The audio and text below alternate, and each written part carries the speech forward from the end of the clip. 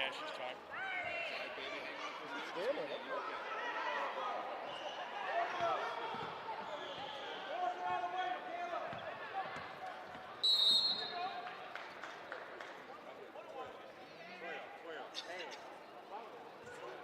One and one. No.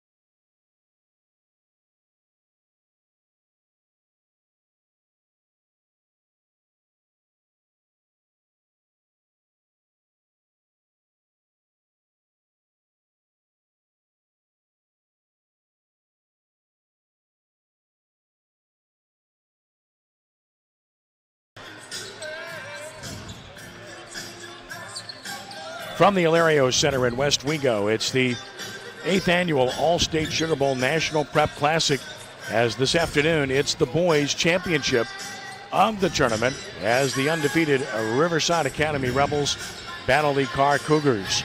And a pleasant good afternoon, turning in the evening, as it were, here on the West Bank. Ken Trahan of CrescentCitySports.com, along with the coach, Bill Gallagher, looking forward to what should be an outstanding championship game. And it seems like we've been here before, because 2 years ago in the championship game of this event, it was a thrilling contest as the Riverside Rebels emerged victorious over the Carr Cougars, 60-57 in an absolute thriller. So it is a rematch of sorts this time around, as these same two teams hook up once again in the championship of the tournament. As mentioned to Coach Bill Gallagher with me. Bill, it's great to have you back with us, and obviously this is a premier event. This is truly, in my mind, it is the best tournament in Louisiana every year. When you're talking about the number of teams, they bring in 52 teams, and from all over the country, as well as the best teams in the state, it's a tremendous event. Yes, it is. It is great to be back again this year to do this tournament. And it's not just a great tournament with the quantity of teams, but it's also the quality of teams. You're up and down this tournament in all the brackets. You've got really great teams going up against each other. And this year in particular, if you followed the scores of the games, they've had some really, really outstanding games. Some double overtime contests, which we'll allude to later on in this broadcast. But just some great games. And you're right, this is probably one of the greatest tournament. Already today, we've crowned a pair of champions, which we'd like to salute and give credit to. First of all, and the girls' silver championship, a pair of local district rivals, Catholic League rivals, Dominican and Mount Carmel, squared off for the silver bracket championship, and Dominican won 36-32 to win the championship. So congratulations to Dominican for winning the girls' championship over Mount Carmel in the silver bracket. And in the girl bracket championship just finished a few moments ago, it was Lafayette Christian defeating South Lafourche 51-43 to claim the championship. Megan Abrams of Lafayette Christian, well, she was brilliant. 20 points in the second half. She was named the MVP of the event, and they were really good. This Lafayette Christian team is outstanding, so congratulations to them. Very good tournament for South Lafourche as well. And, of course, in Dominican's victory, 36-32, their freshman center at 6'2", Grace Hamblin, was the MVP. So what a great future there. Nice to have a 6'2" freshman center, right? I wouldn't know about that. I've never had that. You coached all these years. Have you ever had a center? Never mind. It's not good when you have to look down to your players. That's never a welcoming thought. To the task at hand, Riverside and Endicott. Let's start with the Riverside Academy Rebels.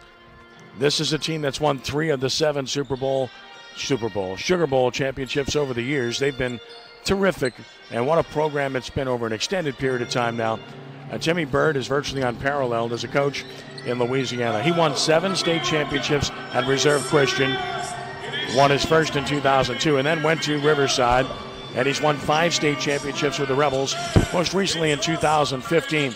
This is one of the premier programs, not just in Louisiana, but in the Deep South, and it's a program that's known around the country. Well, yeah, right now at Max Preps has them ranked as the number 3 team in the country, which is pretty remarkable. And all the success that Timmy Bird has had at Reserve Christian and Riverside, I don't know if they've ever been ranked that high nationally, going to number 3. But you said the key word in your description of Riverside, and it applies to Carr too. These two schools have programs. They don't just have a year here and a year there. They're year in and year out. That's what you're striving to build, is a program. When you say you want to build a program, it's success year in and year out. And that's what these guys have done. And that success is carried over to this season because the Rebels come into this game perfect. They're 21-0. They won all 4 tournaments that they've participated in this year, and that's a grind when you play in tournaments. I mean, it really is, and it's really been taxing on their players. They've got some kids that are banged up, that are tired, but they're here, and they're ready. Now, they won't have LeBeau Bridges, their 2-sport star, hurt his knee most recently in a football all-star game, so they lose a big body there. They didn't know if they'd have Jeremiah Bigham in this game. He's got the flu, but it looks like he's going to play after all. He had fever earlier this morning, but looks like he'll play, and that's obviously good news for the Rebels. When you look at Riverside, thus far in this tournament. They beat Covington 77-60. And Jared Butler and Isaiah Bigham each had 16 points. Garland Robertson, 12 in that game. Then they beat University High in a thriller. Well, it was a great game. They beat U High 74-70. Butler had 27 points. Jeremiah Bigham had 14. Isaiah Bigham had 12. And then, of course, they beat Lincoln out of Brooklyn, New York in an instant classic in double overtime last night, 75-70. Butler with 22. Isaiah Bigham with 18. Garland Robertson had 14. On the flip side, the Carr Cougars, outstanding basketball team, and they've had great success too. They've won state titles in 1994 and 1996 under Bill Robertson, and Taurus Howard's done an outstanding job. Took the Cougars to the top 28 a year ago. He's a former Carr player, and he's got his team playing very well right now. They come in with a record of 13-7. They've won 4 straight games, including in this tournament where they've won 3 in a row. First and foremost, they knocked out the defending champion Scotlandville in an absolute thriller and a great game and an upset, 50-46. Mark Bowie had 10 points, Kendall Johnson 8. Then they knocked off Helen Cox, 50-40. Bowie had 18 and DeAndre Davis had 9. And then they beat Osceola out of Kissimmee, Florida, 47-44 last night. Bowie was brilliant with 24 points.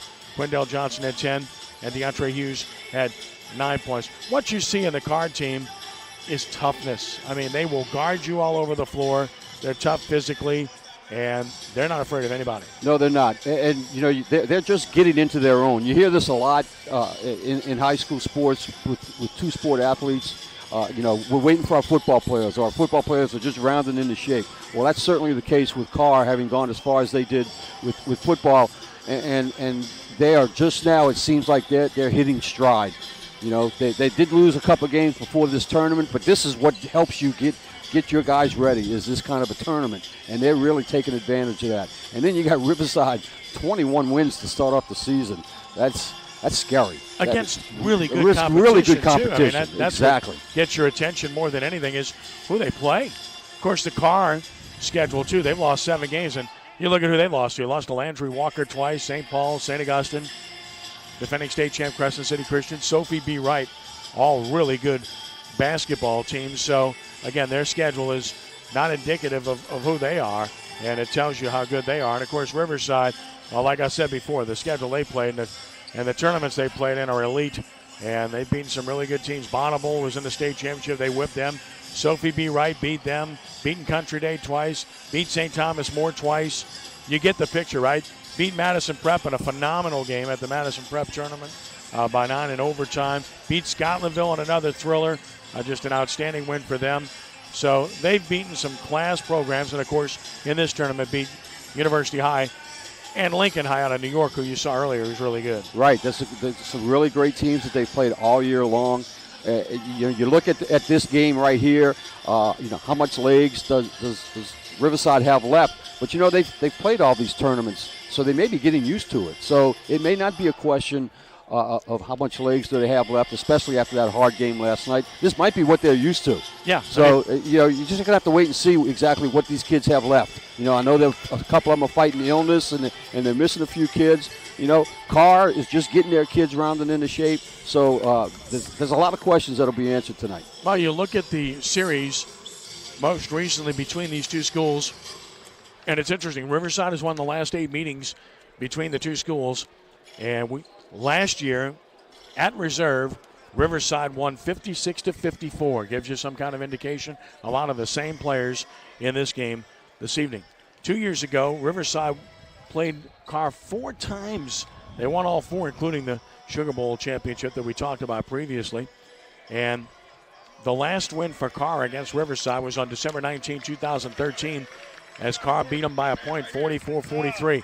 It's hard to remember any game in which Riverside scored 43 points. They typically score a pretty substantial amount of points, but I think it's indicative of the kind of team that Carr is. They will defend and defend very heartily throughout the course of this contest. Riverside will be wearing white. They're the home team, and Carr will be wearing charcoal-colored jerseys and shorts here this evening as the visiting team in this particular event. We'll get the starters here introduced shortly. We're at the Hilario Center in West Wego. If you're anywhere in the vicinity or thinking about coming to see some basketball, plenty of time to do so to see this boys championship, followed by the girls platinum championship, which we will have live here on CrescentCitySports.com as well. A terrific team from Chicago, Illinois, Kenwood High School, taking on the defending Division I state champions, the John Curtis Christian Patriot girls, in what ought to be an outstanding game as well. Nice crowd here. The crowds have been good all throughout this tournament. 6 courts working during the course of this tournament in this outstanding facility. And we're happy to be with you here this afternoon as we get set for the introduction of starters for both teams. And again, a pair of programs that are extremely familiar with each other. And again, it becomes a marathon when you get to this stage. It's a matter of what you have left in the tank. So we wait to see just who's going to have the legs here coming into this one. The first car starter introduced is their best player, Mark Bowie, the 6'2 senior. Quindell Johnson, outstanding guard, introduced for the Car Cougars as well. Johnson is a senior at 6'1", and then Kendall Johnson, who wears number 3, a 5'7" senior guard as well. This is a veteran Car squad, as you might derive from the classifications. Then you got DeAndre Hughes, the 6'6" junior forward, who's been outstanding with his length inside. And then the other starters, number 21, Skylar Perry, the grade 2 sports star, their state champion quarterback in football, terrific athlete, the senior at 6'4". So again, Carr will have more size than Riverside, but that's usually the case with teams that play against Riverside. That's nothing new. Riverside is accustomed to that. For the Rebels, Cash Foley gets the start. Great wide receiver in football as well. Outstanding athlete. One of our top 40 athletes in football recruiting for the upcoming season as a junior right now. Garland Robertson, best defender on the team. The unsung hero for Riverside. Timmy Byrd loves him. Another 2 sports star. Jalen Banks, another outstanding receiver in football. You get the picture. Really good athletes. And a lot of players that can put the ball on the floor and can shoot it as well. Of course, the star of this team is Jared Butler, the senior guard at 6'3", the Alabama signee, who's just been outstanding, as you might imagine. And speaking of 2 sports stars, the senior quarterback, Jordan Loving, at 6'4". What a brilliant quarterback he was for the Riverside football team.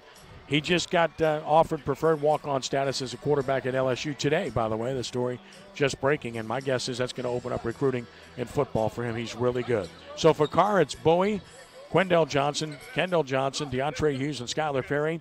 For Riverside, Foley, Robertson, Banks, Butler, and Loving. As mentioned, Riverside in white. They'll have the red numerals, red stripes, and Endicott in their charcoal-colored jerseys with the purple numerals trimmed in yellow gold. Set to jump center will be Jalen Banks against DeAndre Hughes. We're ready to roll here, and we're glad you've joined us for the boys championship of the Allstate Sugar Bowl National Prep Basketball Classic. Ken Trahan, Bill Gallagher, ready to roll here at the Hilario Center. Kenny, I'm listening to you rattle off the starting lineups, and it's like one after the other. Just superb athletes, one after the other. No doubt. So they're going to do it again. Now we need to get an official that can throw the ball up. There we go. Toss wasn't particularly good. I've been interested to watch how these players beat the tap all the time throughout this tournament. It's happened frequently. Not this time. Carr wins the tap. They'll have the ball first, and this will be Kendall Johnson. Riverside will pick up man-to-man to start the game. Johnson against Butler out top. To the high post to DeAndre Hughes. Hughes one bounce dribble, and he kicks it left corner now off the penetration. Bowie from 10. He's off the rim, no good. Rebound long, and it's fought for and controlled by Kendall Johnson. Johnson to Bowie, and it's going to be a charge on Bowie. Well, that's going to be huge. He's their best player, and you always watch for early foul trouble with key players. Yeah, especially when you played a lot of games in a row. You know, you get there a step late. You're a little slower off the dribble, and it gives the defense time to adjust. And here's Garland Robertson bringing it up. Carr will play man-to-man. This old-fashioned basketball, both teams opening in man defense. That's a little bit of a surprise, by the way. I'll talk more about that. Here's Foley to Butler. And Butler is guarded, by the way, by Quindell Johnson. Left side Robertson. Here's Butler on limited range. Back to Robertson. Dribble drive. Garland, nice pass for the 5-footer. No good by Loving. And the rebound cleared by Mark Bowie. So here comes Carr the other way. DeAndre Hughes facing up, double teamed. Nice kick for the open jumper. Kendall Johnson spins it in, and the Carr Cougars have the early lead. Kendall Johnson with the first bucket of the game. It'll be interesting to see how long both these teams stay in their man-to-man defense. And the reason I said that earlier is because on the interview yesterday, here's a great play by Skylar Perry for Carr, and he comes up with a turnover. Beautiful job. Quickly the other way. Nice pass, layup, and it's 4-0. Beautiful pass by Bowie. Quindell Johnson with all 4 points, and it's a 4-0 lead for Carr. Taurus Howard told me yesterday on the interview we're going to play zone against them, and at some point we'll have to play man. Well, that some point came at the start. Some point came real quick, didn't it? Yep. He said they shoot it so well, we're going to have to play man at some point. Left corner, 3-ball Robertson. Nope. And there's DeAndre Hughes for the board. Interesting to see that shot hit the front of the rim. It could be a sign of a little tiredness in the legs. Dribble penetration creates the open look, and there it is, and it's 7-0 Carr, off to a great start here. Quindell Johnson has all 7 points, Bill. Hot start for him, that's for sure. So Quindell Johnson off to a great start. Quindell has all 7, and the Cougars are up 7-0. Butler, they shade him. He'll take a 25-footer, but that's him. Jared Butler, the Alabama signee, puts Riverside on the board at 7-3. Got to guard them all over the floor. That was a long shot. I'm looking over at Riverside's bench, and I don't see any kind of concern on Timmy Bird's face yet. I think he knows it's really early in the game. Hughes backdoor, and it was tipped out of bounds on a nice defensive effort by Jalen Banks. So the Cougars maintain possession at the 5:22 mark, leading 7-3.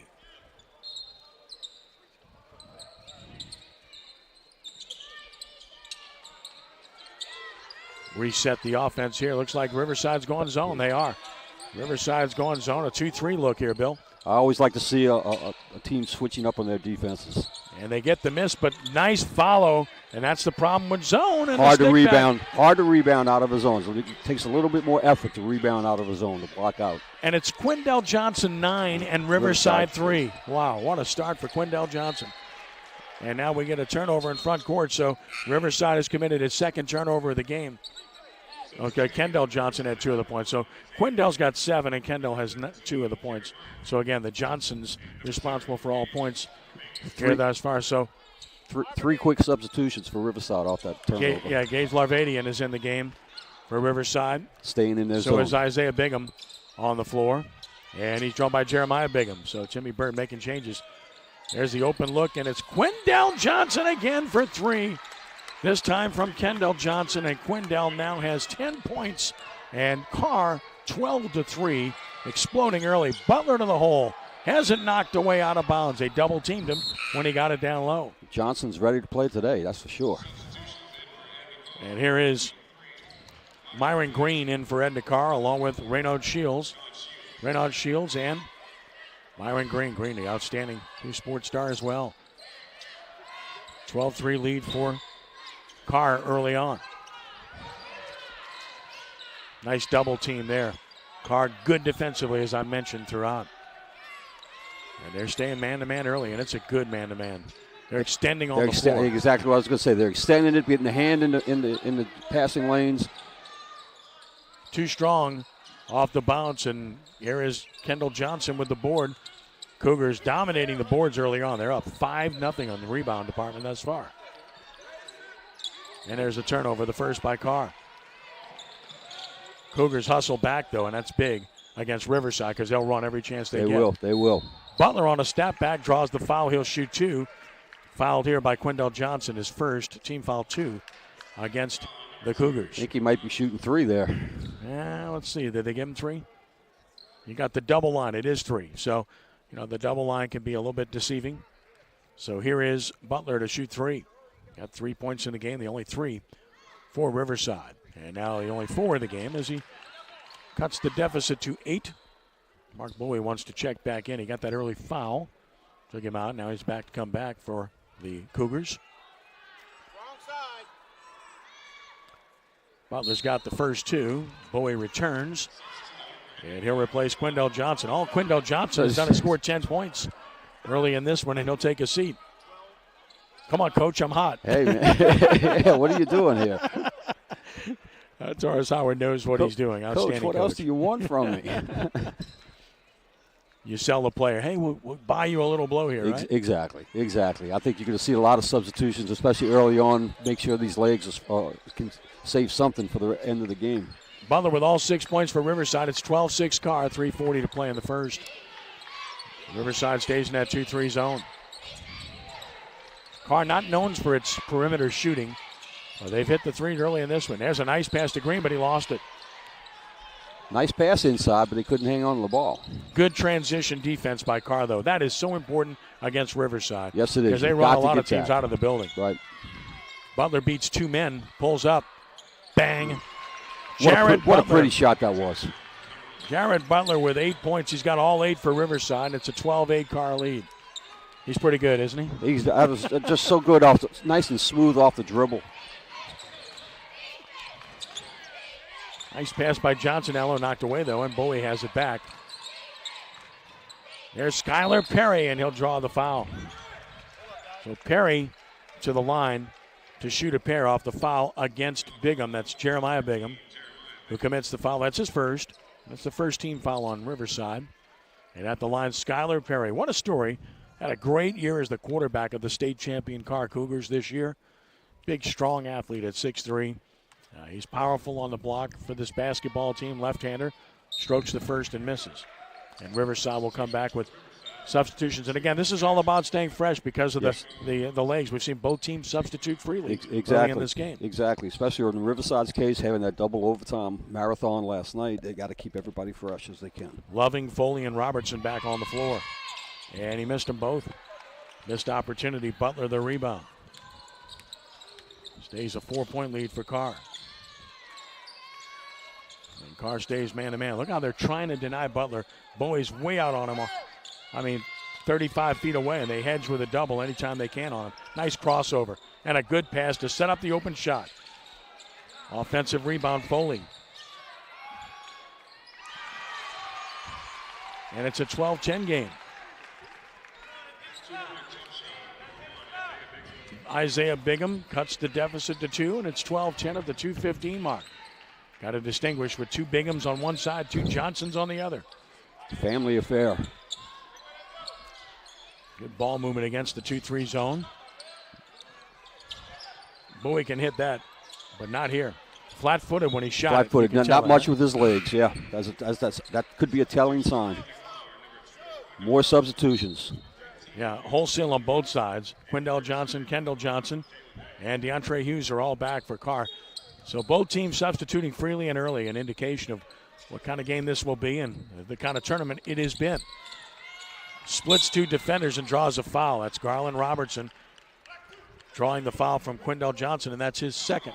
So there's a young man with 10 points who has 2 fouls already, and a concern here for Taurus Howard. And he's going to take him out, it appears. Or maybe not. Didn't get somebody to the scores table. Nope. Let's see if Riverside attacks him. Less than 2 minutes to play in the quarter, 12-10 Carr. So now Carr's has gone into a zone. Looks like a 1-3-1. Yes. That we're seeing. So where's the soft spot? The corner, right? Always in the corner. Long rebound, Robertson. And an open look again. And again, that won't go. And this one's taken down by Carr. Strip and a steal. Beautifully done. But Bowie got it back.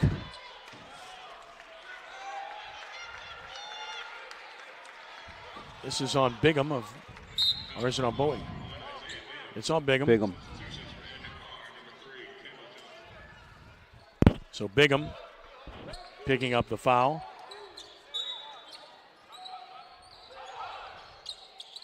DeAndre Hughes likes to play down near the block area. He'll go down there now after making that catch. Nice job to recover defensively and the turnover. Quickness of Riverside, but it doesn't pay off on the miss. And DeAndre Hughes rebounds. So some missed opportunities on both ends here. We're under a minute to go in the first. Yeah, we missed some easy shots. We missed some free throws on both sides. And Carr will just pull it out. Riverside's not going to let them just pull it out. Now they'll attack defensively and get another steal. And now it's stolen back. And Carr gets it back. And a conversion Three ball delivered beautifully for the Cougars, and that's number 4, Reynald Shields, and the Carr Cougars are up by 5. And a foul on the other end against the Cougars. That's going to work against DeAndre Hughes, I believe. So Hughes commits his foul, his first, and it's team foul 4. Free throws are coming. Oh, no, it's not free throws. It was before the shot. So Butler will bring it in bounds. Carr is going to substitute. Randy Alvarez will come in for the first time as he gets Quindell Johnson, who has those 2 fouls. We're going to see substitutions at every stop of the game. Every whistle they seem to be coming in. Open look. And the outside shot not going for Riverside early in this game, and that's a forte for them. Cash Foley with a long rebound, though. Butler long 3, that's off. And so they're not hitting early on, and the rebound controlled by Kendall Johnson. Carr can play for 1 shot, 6 seconds, 5. And an open look, and it is not going to happen. And at the end of 1, 15-10 in favor of the Carr Cougars. Bill, what do you think thus far? Well, I'm seeing teams that I think they're obviously tired, both teams. But it's going to be what happens with what they do defensively. Can they keep switching defenses to keep the other teams off kilter a little bit, stay one step ahead? A lot of the shots are coming up short off the front of the rim. They're missing free throws, missing layups. Johnson did come out hot for Carr, but now he's in foul trouble, so now they've got to be concerned with that. So it's only a 5-point game right now. It's kind of tough to see any kind of trends as of yet, and I think that might go a little bit longer. With all these substitutions that they're making, it's kind of keeping both teams from being able to fall into some kind of a flow because they're constantly moving people in and out of the game.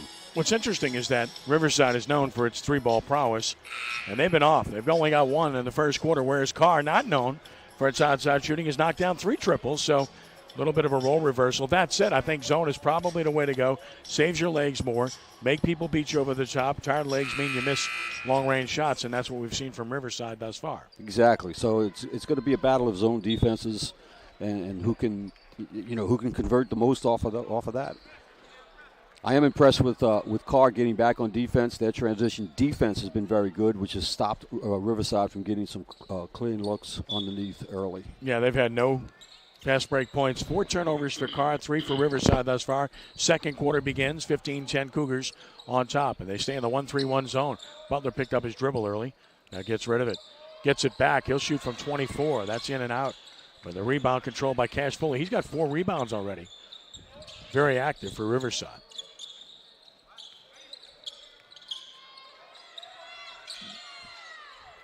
Again, the corners would seem to be the spots against the 1-3-1. Right, you've got that bottom guy that's really got to step out there unless you make an adjustment and send your postman out there. There's the open look from the corner, but he didn't want it. Butler wants it. Bang. Butler with 11. Jeremiah Bingham the assist, and it's a 2-point game. The danger of going out to guard him way out on the floor is he can go right by you off the bounce. True.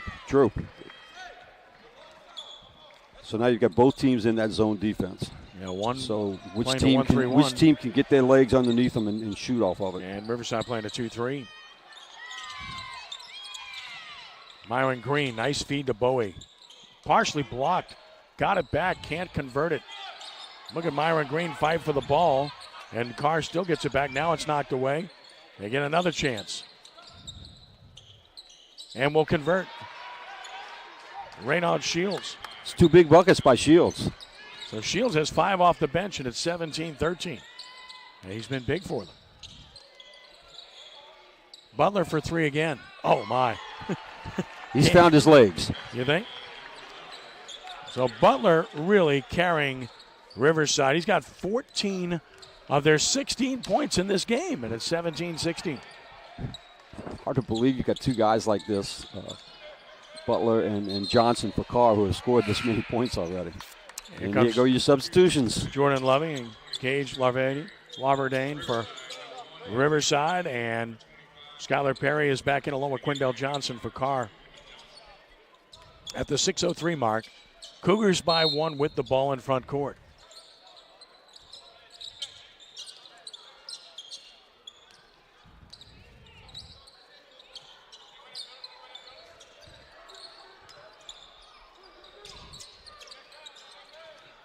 Carr showing patience here as the Johnsons exchange the ball out top against the 2-3 zone. What about the 2-3 zone? What's the vulnerable spot there? Your wings. Yeah. Your wings. You're able to penetrate and split the wing in the top of the zone. This is an air ball, and here's transition now for Riverside. All the way to the hole. That's what they love, isn't it? There you go. They got a breakaway point, breakaway opportunity, scored on it, and take their first lead of the game. With 5:29 to play in the half, it is their first lead at 18-17, and it comes off the miss, and they always release somebody, don't they? Yes, they do. They've been known for that for years and years. It's a Timmy Bird trademark. And they have just so many players who can handle the ball and run the floor. It's really what separates them. That's why they always win despite not having the best size. I mean, they never have great size there. Yeah, they're able to run the floor very well. They get the ball outlet very well. Well, first of all, it starts with the rebound. It starts with the defense. It starts with the rebound, and then getting that outlet pass and getting down the floor. And if you're Carr, you can't slip up even once, because this is exactly what happens.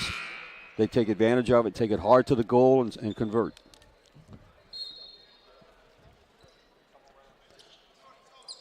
We'll see if either team changes their defense out of the timeout. And Riverside will stay zone. Looks more like a 1-3-1 for Riverside now as they change things up. It is a 1-3-1, so playing the same defense that Carr's played. And there's another ball lost, and Butler comes up with it. Great diagonal pass. Again, they didn't get back. What a special pass. He's a terrific passer. Excellent pass. And it doesn't get any better than that. Love those diagonal bounce passes, right? As a coach. I tell you, he had a little trouble hanging onto the ball when he first stole it, but he picked it up just in time, and really a great pass. First run of the game of sorts since the Carr 7-0 run to start. It's a 7-0 run for Riverside, and they're up 3.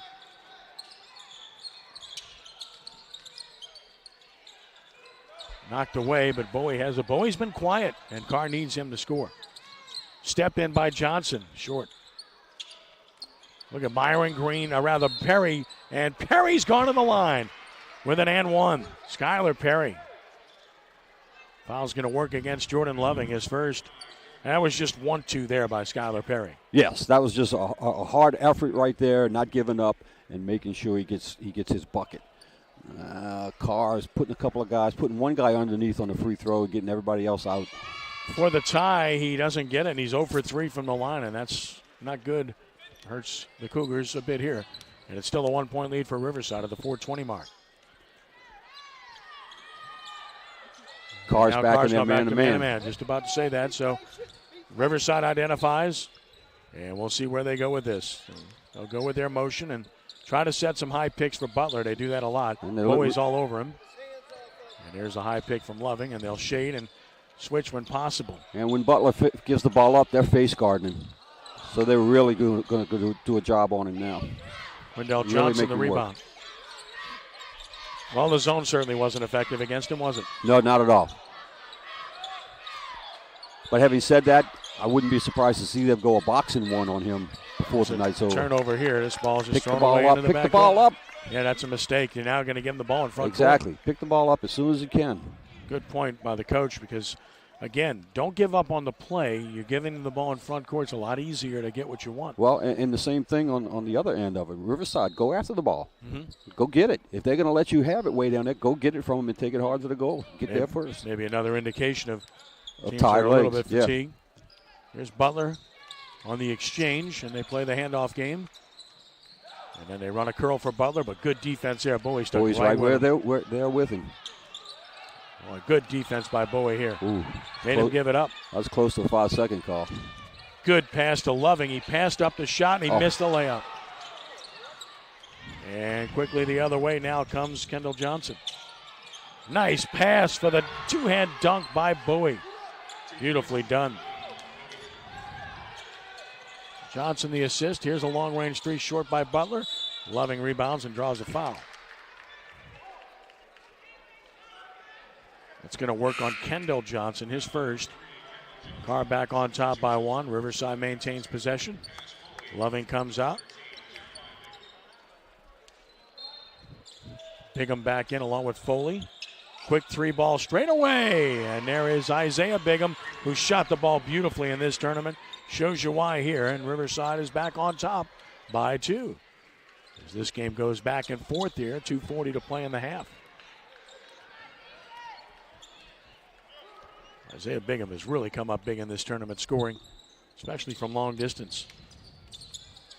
Splits 2 defenders, but got in trouble and travel. That was kind of no man's land, right? You do that, yeah. I mean, the size gets you, they're converging on you, and he looks a little tired to begin with anyway, and now he's coming out of the game.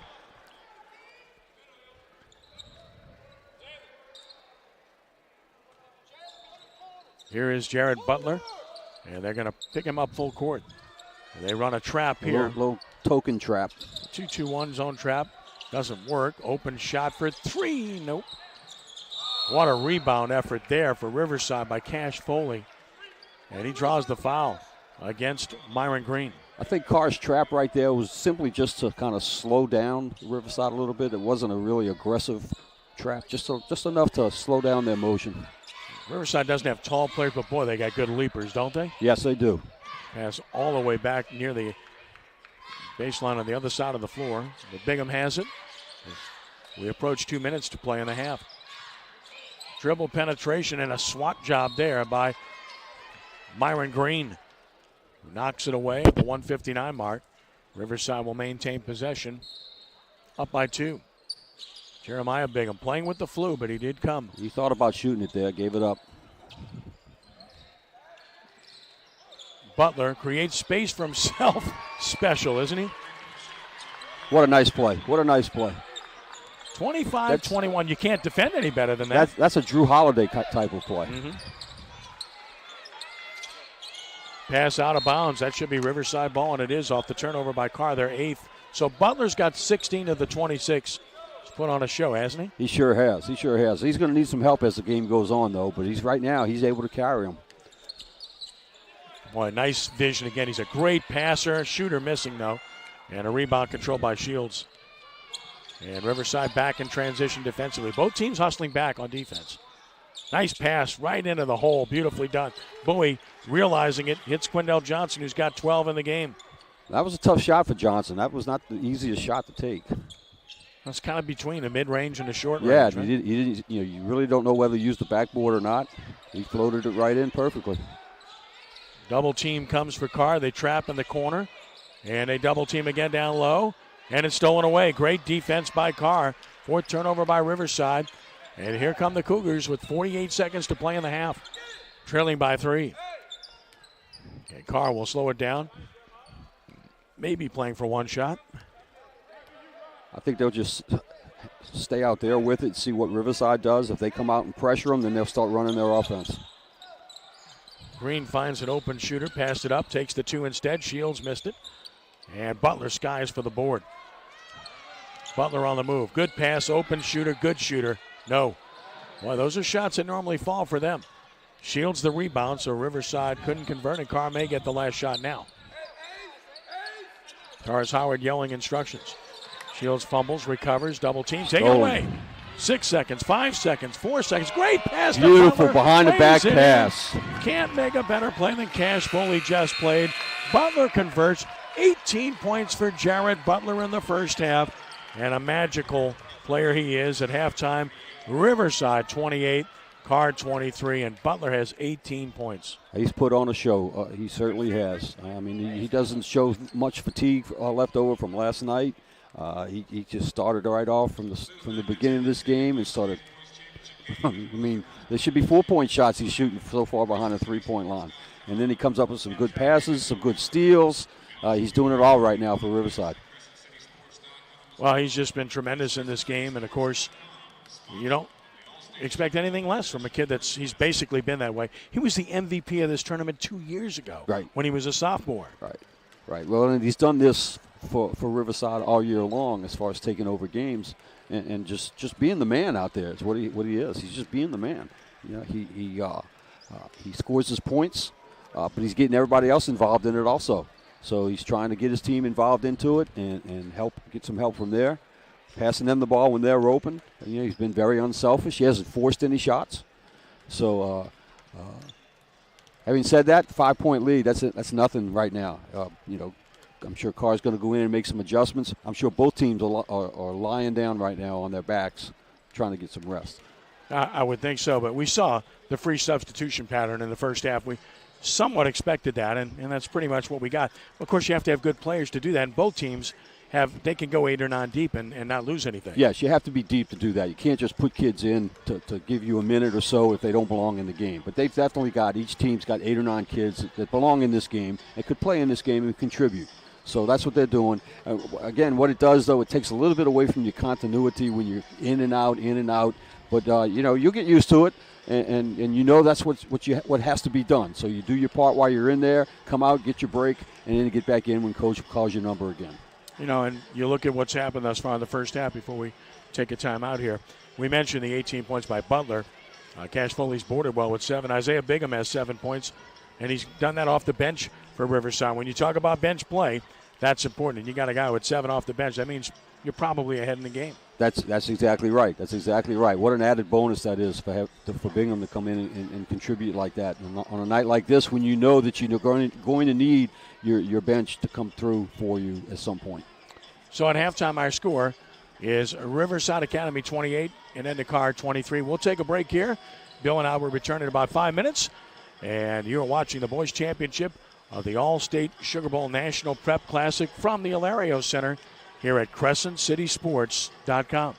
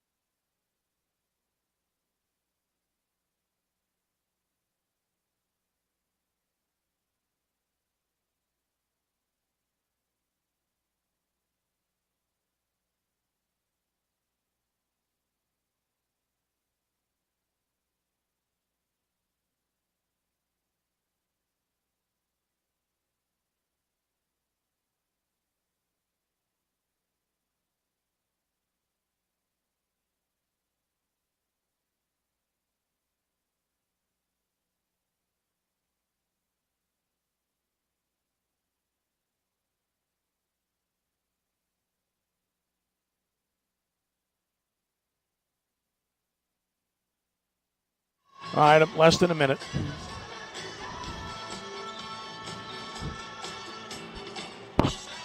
Landry Walker. They play at Landry Walker Tuesday night.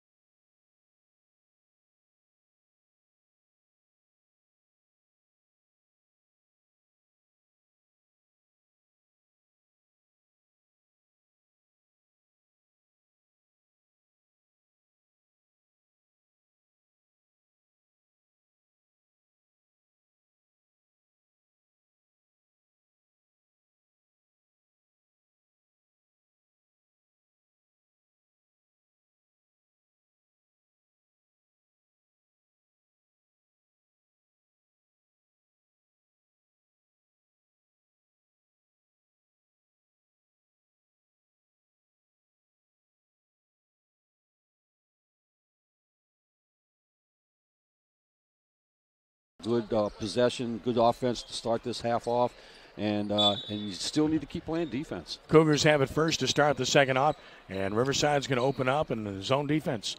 So Johnson to Johnson out top. We reset. This is Quindell Johnson, and that's Kendall Johnson. Kendall Johnson to Bowie right side. Mark Bowie, hold it high over his head. Back out top, Kendall Johnson. Kendall Johnson picks it up and goes back right side to Bowie. Stolen away by Butler. Here he comes. Butler on the move. Butler stutter step move. Butler spins, shoots off the window too strong. Good rebound by Robertson. Loving from 10. Yes, sir. Robertson delivers to Loving, who scores his first basket of the game, and Riverside has its biggest lead of 7. There was another opportunity there where Riverside was able to get off the steal, get the ball down the floor in their transition game. Yep, turnovers creating offense, and that's what happened there. Even though Butler couldn't convert, good hustle. They had numbers, got the offensive rebound. Well, he started it all off with the steal. DeAndre Hughes has been quiet. He's been a big-time player in this tournament for Carr. There he is down on the block, and he gets away with a contact. Good non-call there, and he converts. Good job. DeAndre Hughes with his first 2 points of the game, so they do get him going. And it's 30-25. Riverside on top. That was good patient offense by Carr on that possession there. After turning the ball over on that first possession. Reset the offense here with Foley out top. Again, they have interchangeable parts. Any number of players can run that offense out top for Riverside. Oh, they did in the first half. They had wholesale substitutions. Had a lot of people up in the game. Just got to get them involved, scoring something. Pick for Butler. They double him and get it out of his hands wisely. Loving for 3. That's short. And Quindell Johnson with his third board. Not the best shot out of that offensive possession. He had the ball for a good period of time and had Loving taking the three-pointer. And a concerted effort by Carr to get the ball out of Butler's hands on that possession. Here's the open look. Hughes created it, but Johnson can't hit it. And Carr will keep it again. Carr's size and aggressiveness on the offensive glass paying off here. They got a break on that one. It rolled off the back of the Riverside player. See what they can do on the out-of-bounds play.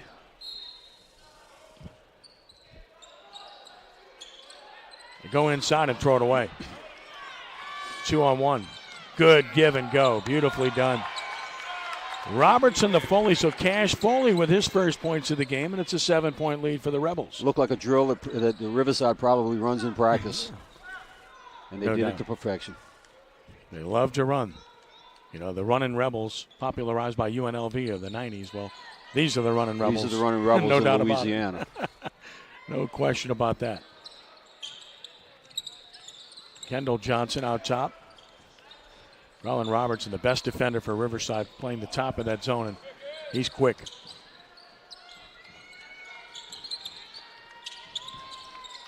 Good extra pass. Bowie loses it, though. Again. Another turnover, and here comes behind the back Butler. Great no-look pass, but now Carr gets back defensively. Butler stutter step. They double him again. They're not going to let Butler beat him, are they? And again, they get Loving the jump shot. That's not the best shot for Riverside. Bowie rebounds and he's fouled. That's the second time that's happened. That Loving has been, I wouldn't even say forced to take that three-pointer off that offense. And with this defensive alignment, they're going to replace Loving with Jeremiah Bingham. Again, he was not expected to play because of the flu. He called early this afternoon and said, the fever's broken. Can I come? Jimmy Bird's response was kind of a no-brainer. Yeah, I guess you can show up if you already. like. Yeah. We'd love to have you. You're more than welcome. Yeah, if you got nothing else to do, come on by. Jeremiah's a really good player. An excellent tournament playing despite that illness. The free throw line had to step out of that to Bowie. 4:30 to play. Third quarter, 7-point lead for Riverside. Championship game. The boys here in the Allstate Sugar Bowl National Prep Classic. Ken Trahan, Bill Gallagher with you. Riverside rotating in that zone nicely. High-low look, but it's thrown away again. So that defense, that zone look that Riverside's giving Carr is really giving Carr trouble. It is. They look a little confused when they got the ball on the outside. Butler from about 25 off the bounce. DeAndre used the rebound. Hughes with his third board of the game. Bowie will jump it from 18 bottom. There he is. So Bowie has 4 in the game, and it's 32-27. That's what we've been waiting to see from him tonight. I'm sure Carr's been looking for that, too. That was a very pretty shot. Carr's extending their defense a little bit. Trap when they can. It's dangerous against Riverside with their quickness, though. But here's a ball thrown into the back court, and you got to go get it. There you go. And again, they didn't do it, and there's going to be numbers. That's what happens. numbers. Look at that. They must have heard us talking before, Kenny. Bowie was fouled before the shot by Butler. Yeah, Butler hustled, but nobody else helped. It was 3-on-1 as a result off the turnover by Riverside. But Carr went after the ball, too, and that's what made it happen.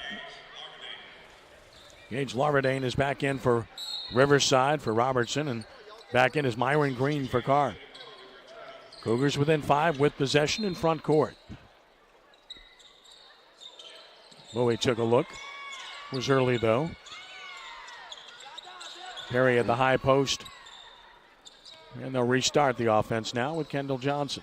They just looked a little out of sync, a little confused when they got the ball up top.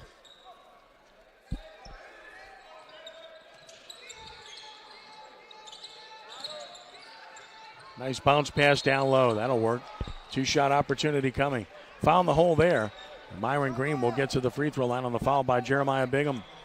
Took them a while to get into that offensive play, but it worked really well.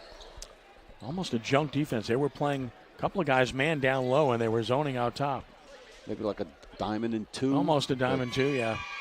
There's Myron Green with the first free throw. His first. And it cuts the deficit to 4. Shields back on the floor for Carr. He was very productive in the first half. Myron Green, outstanding athlete. Got them both. Beautifully done. So he cuts the deficit to 3 at 32-29. Under 3 minutes to play in the third. And thus far, Carr's made the adjustment. They have not allowed Butler to score here in the second half. They've denied him the ball constantly. Butler takes a seat now. He'll get a break. If I'm not mistaken, it's the first time he's come out today. It is. A double team in the corner, and they got a foul. Carr trapped almost got the steal, but instead the foul committed by Myron Green is his second. That's what you got to look for. That's going to happen when you trap like that in the corner. You're either going to make a great play out of it, or the bad part is you're going to get called for a reach in. You think you got the ball, but they call a hack. Cash Foley back in the game for Larverdane.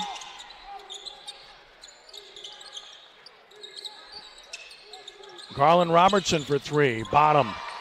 Robertson from Bigham. Garland Robertson with 5.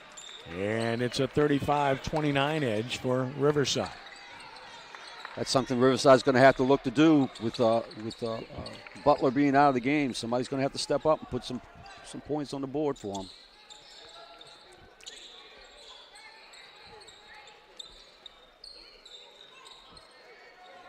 Work the other side of the floor with Green. There's Perry. And nice shot by Skylar Perry. So Perry with his second basket for 4 points in the game, and it's 35-31. Riverside by 4. And here's a rebound by Perry, but they're going to keep it right here. As hitting the floor was Cash Foley, and that's on Myron Green. He's picked up his third. Butler back in. Butler got a break of about a minute and a half, 2 minutes there. That'll help. I'm sure he appreciated it. Wendell Johnson back in for Carr. And also it's DeAndre Hughes back in for the Cougars.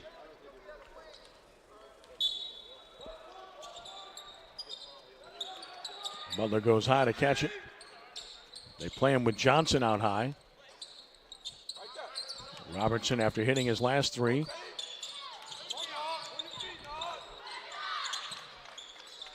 Riverside showing patience here. Under 2 minutes to play in the third. They lead by 4. They're really doing a hard job on Butler. Yeah, they're denying him completely. Kendall Johnson really in him. Face guarding off the ball. Using elbows, arms just on him strongly. Finally got him the ball. Facing up and going one-on-one. Crossing over. Needs some help. Can't shake him, but he's got an open shooter out high. That's short. Long rebound and a good job by Johnson to get it. Nice bounce pass, and Hughes missed the dunk. Got it back. Blocked from behind Butler, and now he's fouled. Golden opportunity there for the Cougars. Give them credit for trying it, for their effort. Butler gets the foul, and that's his second. So at the 1:11 mark, a chance to cut this deficit to 2. Or DeAndre Hughes, who's got 2 points, 4 boards in the game. They go with an assist. He's had a very good tournament, as I've spoken about. Beautiful made free throw. Cuts the deficit to 3, and another coming as Mark Bowie returns. And Kendall Johnson will sit. Myron Green about to come back as well for Skylar Perry. And Jordan Loving going to return for Riverside as they match up here. One side brings in a big body, and the other side does the same. You freeze the free throw shooter also. Hughes able to bounce it in. He's got 4. And it's 35-33, the lead down to 2 for Riverside as we approach a minute to play a little half in the third trap. quarter. Yeah, 2-2-1 zone trap here. Over the top to Loving. Oh, he had a weak side guy, but he didn't cut. And it goes out of bounds to Riverside. Boy, if the backside guy, Jalen Banks, cuts to the basket, he's got an easy layup. Exactly, but the backside of the defense did recognize it, maybe a half step late, but they got there in enough time to stick their hand out and knock it out of bounds. Banks steps in, finds the open look, and he cannot hit it. Skying high to get it. Johnson. They're letting him play today. Wendell Johnson has his 4th board, and now Carr can take the lead or tie. Hughes on the baseline. And a thrown away basketball. Turnover 14 for Carr, but now they lose it right back, and here comes the Cougars the other way. 27 seconds to play in the third. Torres Howard says, take your time. They're going to hold for that last shot unless Riverside comes out and makes them run offense. Down to 15 seconds. 10 seconds now. Johnson with a kick. Ooh. It's going to go to Carr. Johnson kicked the turnover. 7 seconds left, and now Riverside may get the last shot. And Riverside's going to hustle Isaiah Bigham on the floor for his 3-point shooting ability. Boy, as a coach, that really frustrates you when you're holding the ball for one shot like that, and then you held it for close to 20 seconds, and 7 seconds left, you turn it over. Butler got away, lost it. Coming the other way with 2. Well, he threw it up early. Didn't have to do that. Had a few more seconds, didn't realize it. And the third quarter will come to a close. What a game we have, as we expected. At the end of 3, Riverside by 2, 35-33. Great adjustment by Carr. They held Butler scoreless in the quarter. Yes. They stepped up that defense, that face guarding on him. They've been playing a little bit of a zone possibly, so it's not exactly a box and one, but they did come out in that half-court trap, but they still face guarded Butler, and as you said, held him scoreless there. Riverside now has to come back and get somebody else involved in the game. When you're putting that much pressure or that much effort into holding one guy like Butler, somebody else has got to be open. You got to find the open man. Offensively, Carr seemed to get back into that offense. They moved the ball around from one side to the other, reversed the ball, and found the weak spot in the defense. They found, as Riverside's defense was shifting, they could find that open spot, and they were able to at least cut this lead from 5 to 2 at the end of this quarter. Yeah, Carr really playing their type of quarter, just grinding, and maybe slightly outworking the opponent. So 8 minutes to play, championship of the Allstate Sugar Bowl National Prep Classic on the line. It's 35-33 in favor of Riverside. They'll have the ball to start the fourth quarter. And this is Isaiah Bigham bringing it up as they play Butler near the free throw line now. Loving. Robertson off the pick out high. Nice penetration, but a forced job, and Bowie comes down with it, and then a foul as well. So double jeopardy there. One mistake and then another. You really don't like that either. You take a bad shot, leave it short, and then in an act of frustration, you commit a foul. Yeah, I mean, there was nothing there for him. Once he penetrated, if he would have kicked it, I'm sure he would have found an open shooter. Right. I mean, he wasn't even close on that shot. He was in the land of giants there. Kendall Johnson back in. Raynon Shields comes out. Now Riverside goes full court. 2-2-1 zone trap by Riverside, indeed. Gotta get the ball across court. And they called a foul, I believe. They did. That's going to work against Isaiah Bigham, and that's his second. Sixth team foul on Riverside, so the next one will put Carr at the line the rest of the way. That could be instrumental in this game. 2-point lead, Riverside. Carr a chance to change that here. High post Hughes. Just lowered his head, but there's Green for the tie. Myron Green with his fourth point of the game. We're tied. Let's start over at 35 at the 7-12 mark. Again, the offensive rebounds. Carr definitely an advantage there. Dribble penetration, and before the shot. That's going to work against Kendall Johnson, his second. The fouls haven't been a problem in this game. The officials have let them play. I was just going to say, I'm going to predict that we're going to double the number of fouls in this quarter that have occurred in the previous three quarters. Corner three. Knocked down by Jalen Banks. What a time for his first points of the game, and Riverside's up 3 with under 7 minutes to play. And they've got a 2-on-1 if they hustle. They do. Poked away from behind. Green gets it back, finds Hughes for the dunk and one. DeAndre Hughes has 6, the assist to Green, and a chance for the tie. The foul against Jordan Loving, and that's his second. And that's over the limit for Riverside. Free throws the last 6:45 of the game for Carr. And here's DeAndre Hughes with a chance for the tie. 6 points in the game, all in the second half, and he's 2 for 2 from the line. I don't know how much longer you're going to see Riverside stay in that full court press. It hasn't affected Carr in the least. Unable to convert, though, and it's still a 1-point Riverside lead. Good penetration. Robertson off the dribble. Boy, the shot was there when he caught it, and he didn't shoot it off the catch. Yeah, a little hesitation there. Put it on the floor and then shot an air ball. And here is Myron Green. Carr with a chance to take the lead with 6:28 to play. This is starting to look a lot like the game 2 years ago in the championship here of this tournament. Well, Carr got lucky right there because Butler was driving hard to the goal, but he just passed it up instead of taking the shot.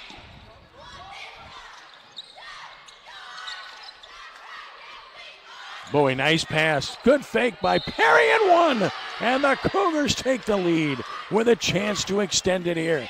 Beautiful bounce pass. And the foul works against Bigham. Carr's found the weak spot in that defense. They get into the high post. When Riverside collapses on the high post, there's a guy down low for Carr to pass to, and they're making that pass. And at the free throw line is Skylar Perry with a chance for the three-point play. The quarterback coming through on the basketball floor. He's got 6 in the game, looking to make it 7. And looking to extend a 1-point lead. And does.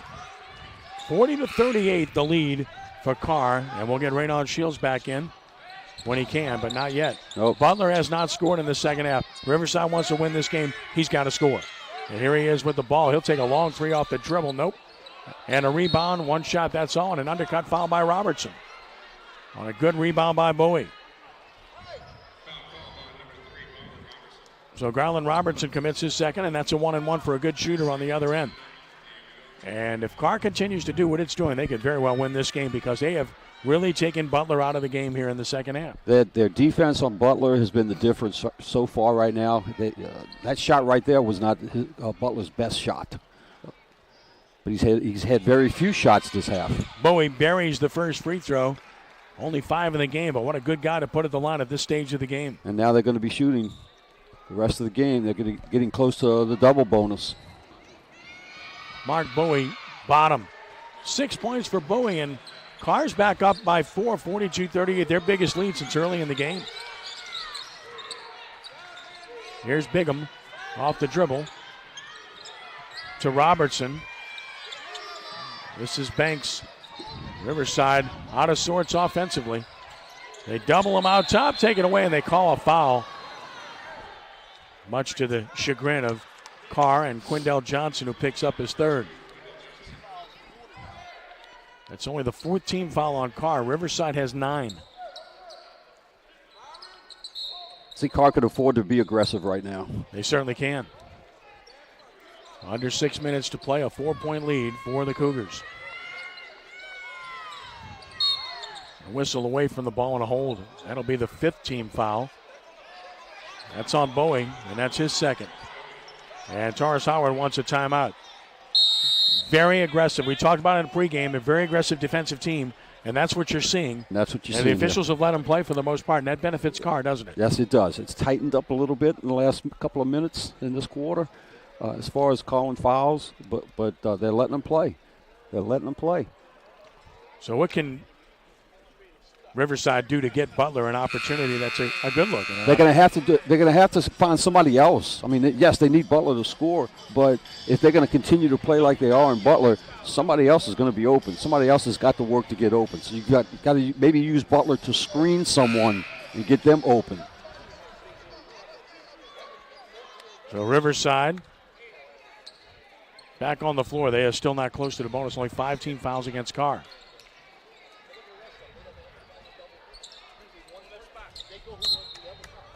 Riverside ball as we resume play.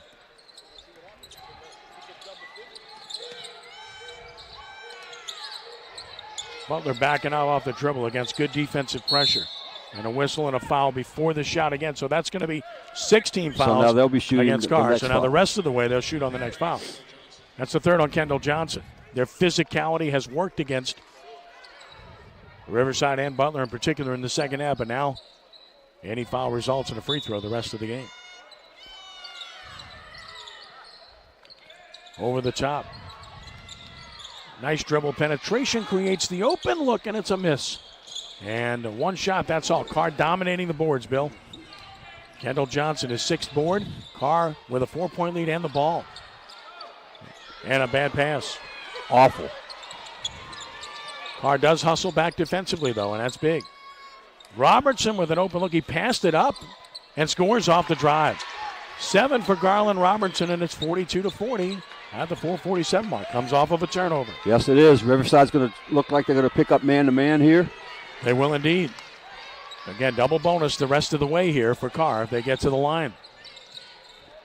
But Carr had figured out that zone defense. They were picking it apart. They needed to make a switch. Kendall Johnson operating. against Cash Foley. To the high post, Myron Green. Don't put the He ball tied on the up. ground. Great job by the defense, but Carr will keep it on the alternating possession with 4:19 left. Well, you make a good point about putting the ball down in traffic. Right? Yeah. You don't want to do that in traffic. It's nothing good can come out of that.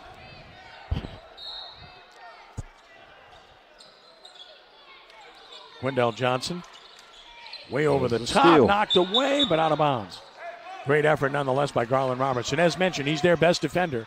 And Timmy Bird said he's one of the best defensive players he's ever seen. He loves his defense. Well, it was a great effort right there. Tried to do a little tightrope around the sideline, but couldn't quite do it. 4:13 to play. Carr up by 2 with the ball. Carr needs to work on taking advantage of their mismatches on defense. Bowie all the way. Beautiful move nice by hard Bowie. shot. Short corner, Bowie with 8 comes through big, and it's a 4-point Carr lead. Well, you go man-to-man. He's the guy that can beat you. For 3. Bingham unable to convert. One shot, that's all. And here's Quindell Johnson with his 5th board. And Carr looking good. Under 4 minutes left, up 4 with the ball. Well, they've done the job against Butler, and nobody has stepped up for Riverside. It's truly been the story here if Carr wins. Kendall Johnson to Myron Green in the paint. Can't convert, but he'll get his own board. Put it on the floor, which is a mistake again, and stolen by Butler. And we'll get a foul called here. That's going to be on Green. It should be a 1-and-1. That's going to be the 4th foul on Green. Boy, he got the offensive board, but what did he do? He put it on the floor. He put it on the floor again. Yes, put it on the floor again. Once you do that, no matter what size you are, you're making yourself as small as everybody else. And now Riverside shoots free throws the rest of the way. Can they convert? Jalen Banks, 3 points in the game on a three-pointer in this quarter. They've only tried 3 free throws in the game as Riverside. This is the 4th. And it's off. And it's controlled by DeAndre Hughes. 5th board for Hughes.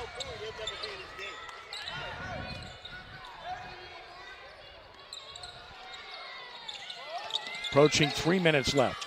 Ball knocked away, stolen. Chance for Riverside, but a fumble and a 3-ball. Robertson, and he hits it. Robertson hits a big 3 for Riverside. He's in double figures with 10, and it's 44-43. A 1-point game with 2:49 left. Riverside sprang that corner trap in the half court, caught Carr by surprise. There's a trap again and a foul, and that's going to be 2 shots. So it's a free throw shooting contest, isn't it? Garland Robertson, his 3rd foul. This could be a really long 2 minutes and 41 seconds. No doubt. It's all about the ability to shoot free throws, and heading to the line is Kendall Johnson. He's got 2 points in the game. They came in the first quarter, but he has 6 rebounds and 3 assists. Done a very good job.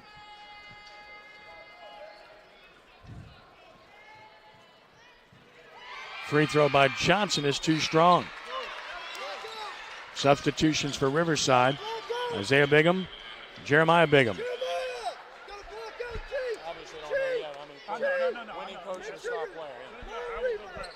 So a second free throw coming for Kendall Johnson. It is up, and it is not good. Rebound fumbled away, and who wants it? Carr's got it. And a second chance, and Perry scores. And again, the offensive rebounding for Carr may be the difference in this game. 3-point lead. Butler with a left-hand shovel. His first points of the second half. Timeout Riverside with 2:23 to play. And it's 46-45. And Taurus Howard's furious because he didn't want Butler having the ball. To have the ball, right. I think you had a great effort down there by Carr on their offensive end. And they really did a great job of fighting for the ball and finally getting a bucket off of it. And they kind of relaxed for like a split second. And that split second gave Butler a chance to get his head going and get a full head of steam. And what a nice play he made on that layup down there. We've seen so many close games in this tournament, Bill. It's just one game after another has been so close. Again, credit to Christy Hebert, Timmy Bird, Ed Daniels, and all of them that put this together. I mean, they see these teams properly. The matchups have been fantastic. Certainly has. I said this off the air before. What are they going to do for an encore next year? This has got to be one of the best tournaments that they have put on. Not that all of them haven't been good, but this has really been a good avenue of good basketball. You had those good teams from out of state. Yeah, just on the boys' side alone, you had 2 double overtime games. Yeah, to get here, yeah. Crazy.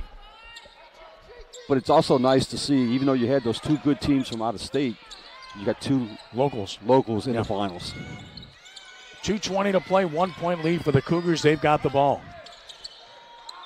Johnson, man-to-man defense.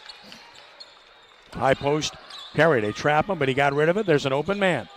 And no, but he'll shoot 2. So Johnson will get to the line. The foul goes against Isaiah Bigham. That's his 3rd.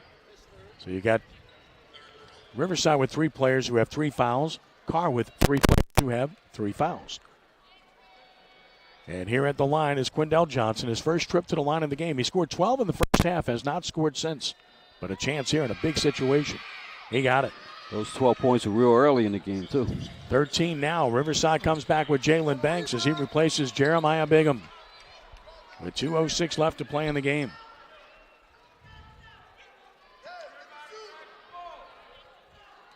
Another big one coming here, trying to extend a 2-point lead. Wendell Johnson looking for his 14th point of the game. Got it. Clutch. And it's 48-45 Carr. 2:05 left to play. Butler giving it up. Getting it back. Man-to-man defense both ways. We'll probably see that the rest of the way. Butler, jump pass, got it back. Butler for 3 and the tie! Jared Butler with 24. We're tied. Starting over again with 1:42 to play in the game. What a game, what a player. What impresses me there is he had the presence of mind when he went up the first time. He knew he didn't have the shot. And he was caught in midair, dumped it off. And then his teammate dumped it right back to him, and he puts the ball up. That's having your mind in the right place. Special player. Smart player.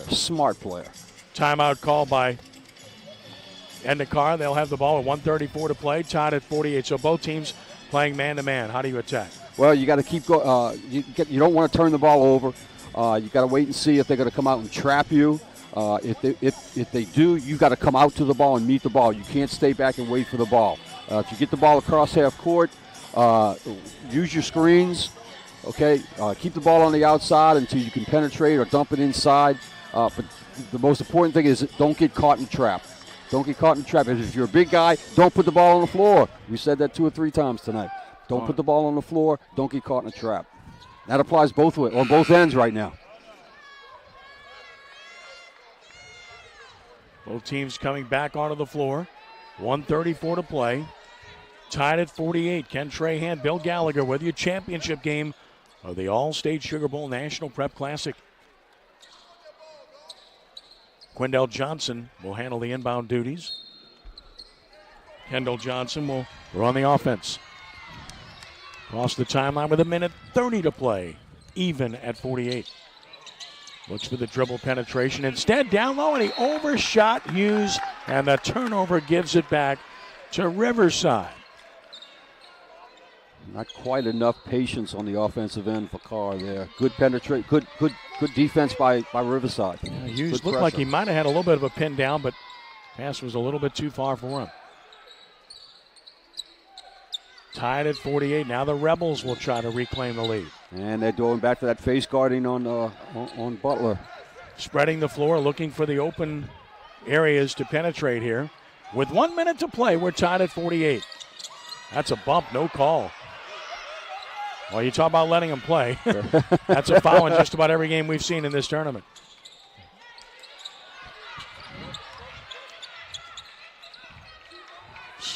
Taking time off the clock, Foley now to Butler with 40 seconds. Butler out near the timeline. Defense must engage to start the count. There it is, so he gives it up. I don't know if I would have started the count there. Under 30 seconds left. Riverside looking like they want to play for the last shot unless they get a layup. Didn't even look at the basket there, so under instruction, unquestionably. He's going to call a timeout. Shot. We're going to have a timeout here inside of 10 seconds. 12 with 11 with 10. No, he's not. Letting him play with 8. Here's Butler with 7. Butler going to work with 5. Butler dribble drive, pull up 25 for the win. He's off the mark. Rebound strong, and we're going to overtime. All right, we got something before, babe. I don't know. No, no foul. Something? No foul. No, nothing. Skylar Perry nothing. with the rebound. While they waited, they played for the last shot. No problem with that, but not the best shot there. Not the best shot, but you had the ball in the hands of the best player. No doubt. Give Carr credit for defending Butler the way they did, knowing that he was going to get that last shot. We talked about legs. You got to go overtime again. Riverside played double overtime last night. Well, so they're used to it. Foreign territory for Carr. Playing right into Riverside's hands. So during that last possession, I'm watching Timmy Bird following the official as the official's going up and down the floor. Thought he was going to call timeout. I thought he was going to call timeout, but I think when he saw the ball in Butler's hands, what are you going to do? What play are you going to call? He's your guy. He's your guy. Sure. He's your guy.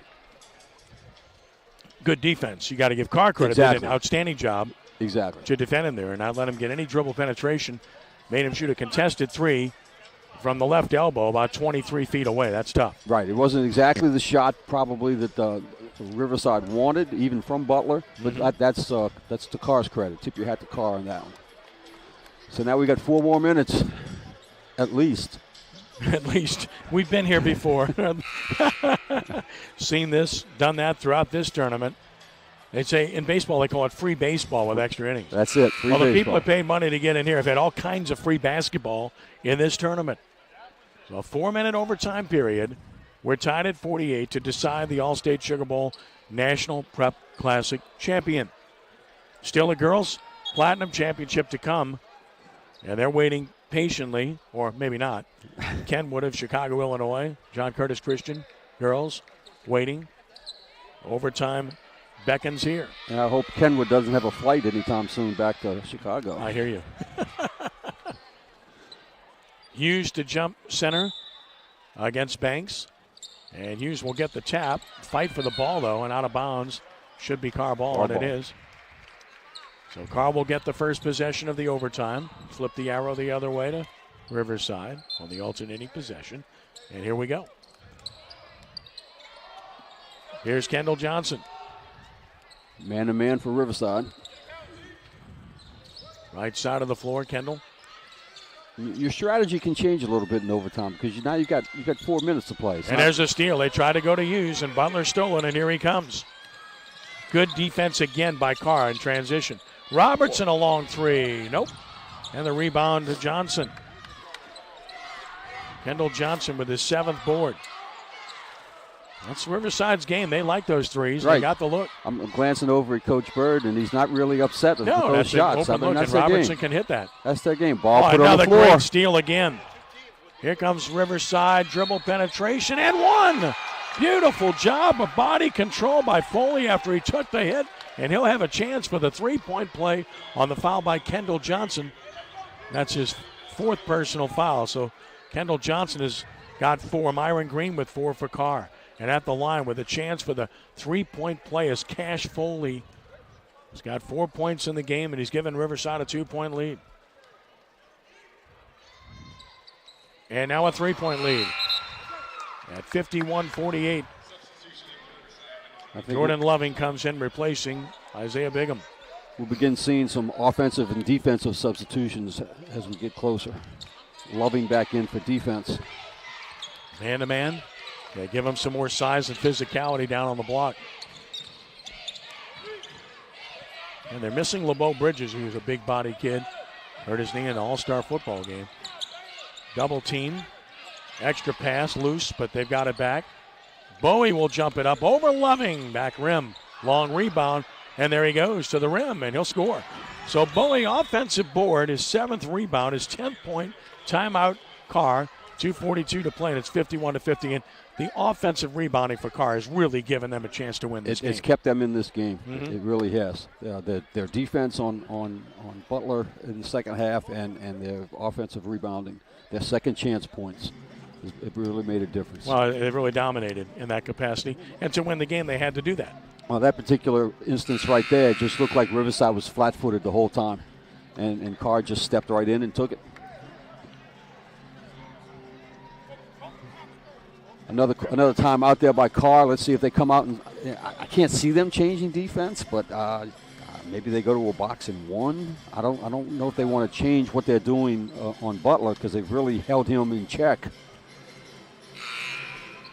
But usually when you call a timeout after you score, you want to do something defensively. Right. Let's see what they set up here. Riverside expecting pressure. They got three guys in the back court. Looks like they're going to pick them up half court here. Butler. They're letting Butler bring the ball up the floor. They will against a 2-2-1 zone trap here. And they'll trap if they feel like they can. But over the top pass, left corner, open three, ball is good. Cash Foley with a big triple. Foley has come up big. Boy, has he come up big. 6 points in the overtime for Foley. The assist to Butler, and it's 54-50. Hughes has it taken away by Butler. Butler's fouled, clearly a blocking foul. He'll go to the line on the foul committed by Kendall Johnson, and he's gone. He's gone. Kendall Johnson is fouled out of the game. That's a big loss there. Their point guard fouling out with 2 points, but 7 rebounds, 3 assists, and Kendall Johnson's going to have to leave in dejected fashion. And again, the defense, 3 turnovers by Carr in this overtime period. In this overtime, just in since this overtime, there haven't been that many swings of momentum in this game because it's been close, but you can kind of feel that momentum going toward the Riverside way. And Butler hits the free throw for his 25th point of the game. They'll have another coming. A 5-point lead now for Riverside. An empty possession for Carr. He's short there. And the rebound controlled by Quindell Johnson. So a 5-point lead at 55-50. 2-possession game as we approach 2 minutes left to play in overtime. Now there has to be a little bit sense of an urgency for Carr. And that's a 2-shot foul coming. That's going to be against Isaiah Bingham. And Timmy Bird didn't want that. No time off the clock and 2 shots coming. Exactly. It's Bingham's 4th foul, I believe. Yeah, it's his 4th foul on Bingham. So Bingham with 4. And at the line to shoot 2. Here's Quindell Johnson. He made 2 big ones in the 4th quarter. And got the roll there. Creepy crawler. Wow. Soft touch gets him the point. Cuts it to 4. Myron Green is back on the floor. So is Rennie Alvarez back and on the floor now for Carr as well. And Jahai Howard is on the floor for Carr. So some different faces now for Taurus Howard. Second free throw is good, so he hit them both. And it's now 55-52 with 1:52 to play, and they'll pressure full court. And they get it to Butler. It's a good place to get it. Butler recognizing the double team beautifully, spins out of it and clears it. Now his teammate double team, that's a foul, and that's going to be 2 shots coming. So again, if you can make free throws, we say that all the time on both sides. The foul is on Randy Alvarez. It's his first. That's one of the reasons for substitutions is you have some guys that can give some fouls if you need to. Exactly. That might be why they put in those new guys. They can be a little bit more aggressive and not have to worry about fouling out. That's a big foul because it is the 10th on Carr, which means double bonus. 2 free throws here for Isaiah Bingham, who's got 7 in the game, but those were all in the first half, and he misses here. Again, free throws down the stretch mean everything. Here is Skylar Perry back on the floor along with Raynaud Shields for Carr. Bingham will have a second free throw here, trying to make this a 2-possession game. Cannot. 2 big misses. And the rebound long to Quindell Johnson, his 7th, and now Carr down 3 with the ball. Riverside was trying to get Loving in the game there, so Carr's got a real big size differential right now. Off the miss, and here comes Riverside on the run. Great pass, missed the shot.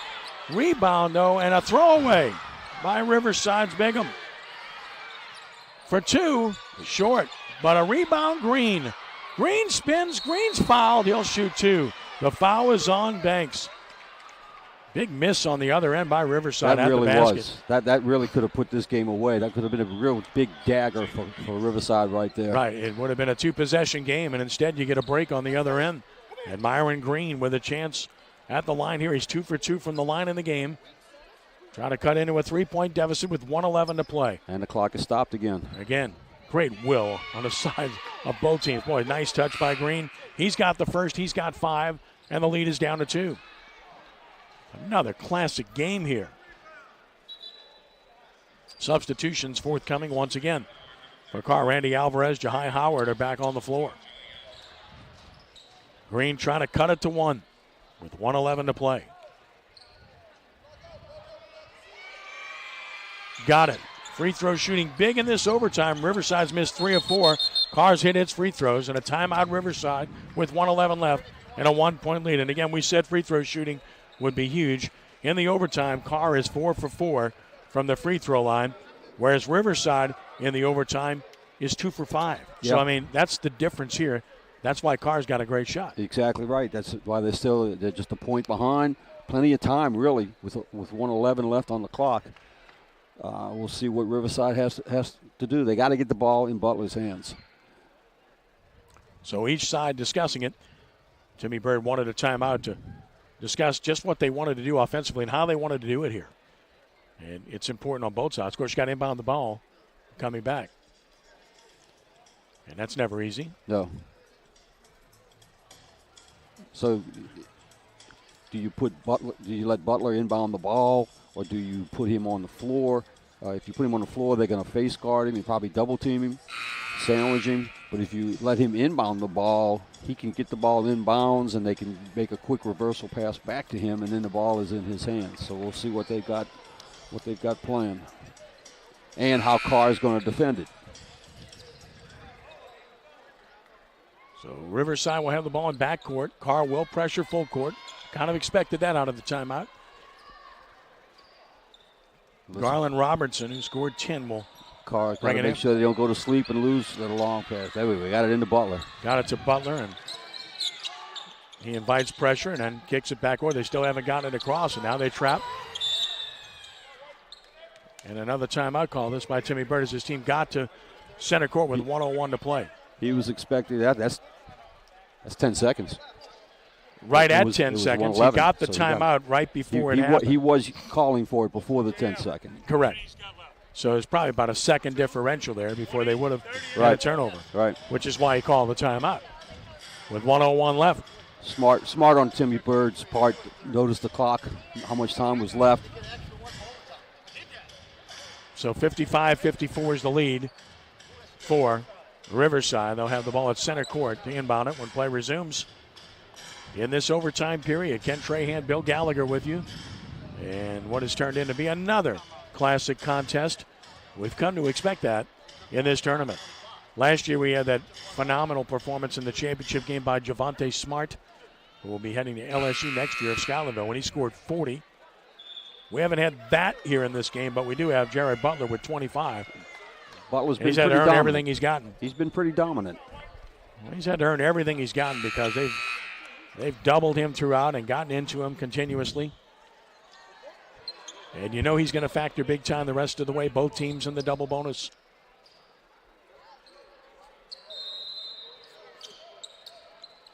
Getting him backcourt here to Bigham. Bigham fumbled it again. And another timeout by Riverside. So Timmy Bird clearly unhappy with what he's looking. He's going to substitute the youngster Gage Laverdane for ball handling here. Not happy at all with what he saw there. No, he was not. Very sloppy ball handling on the part of Riverside right there. And it really wasn't that much pressure coming from Carr. It was just regular man-to-man. So 55.5 seconds left. They've still got to get the ball past half court. Yes, they do. Which they haven't been able to do yet on this possession. They've tried twice. Yeah, but they've gone from 1:11 to 55.5 seconds, so they're running time off the clock. But with only a 1-point lead, time's not the issue here. execution is, and that works both ways. Carr's defense has been outstanding, but we expected that.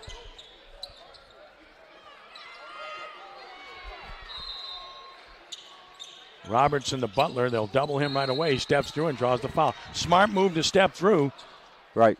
When you see those guys coming at you, you're going to draw some contact. They'll shoot too, but again, can they make free throws?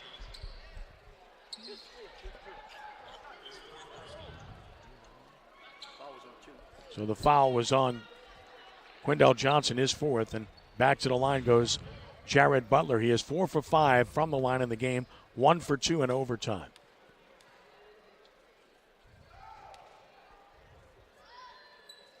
And missing again. So the free throws could be what does Riverside in here. 2 for 6 in overtime. And Carr is 4 for 4. And the substitution back in the game is Isaiah Bigham for Riverside. Tired legs are really showing up in this overtime. Trying to split a pair here. He does.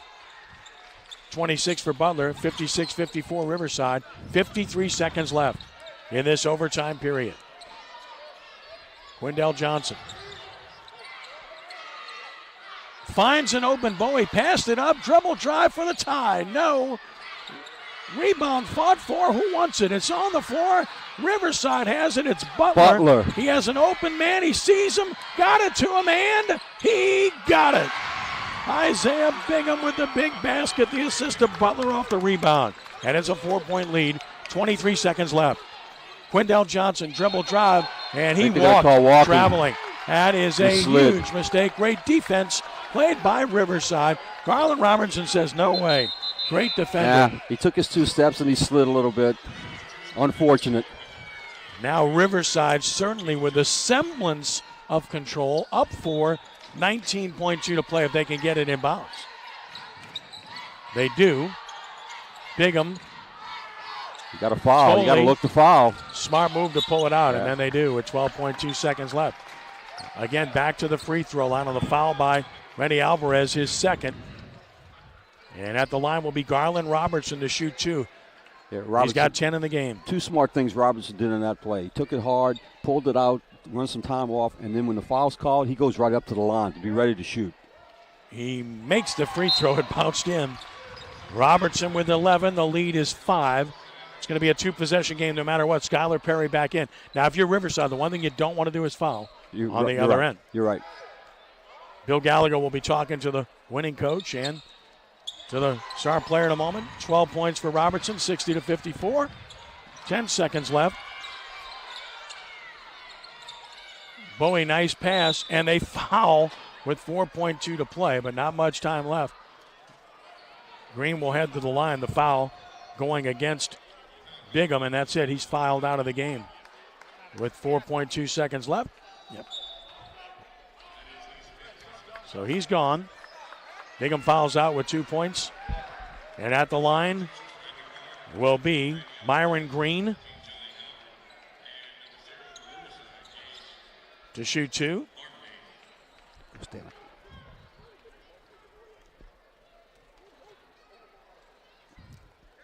Green's first free throw is not good. So Green had been 4 for 4 from the line. He's going to be 4 for 5 now. And it sure does look like Riverside's going to win this tournament for the 4th time in 8 years. DeAndre Hughes back in. But they will have escaped here against a really good Carr basketball team. It's played its heart out. I mean, really played hard. Second free throw good. So Green with 7. It's a 5-point lead. And a foul right away with 2.8 seconds left. It's academic now. Bowie commits the foul. And on the other end, Cash Foley will shoot 2 with 2.8 seconds left. No chance to make up the deficit here, as Bill will get into position here in just a moment. And at the free throw line, Cash Foley. Well, here's the guy that's come up big in overtime. I mean, you look at Cash Foley. He had 2 points going into overtime. He's got 6 in the overtime. But he misses here.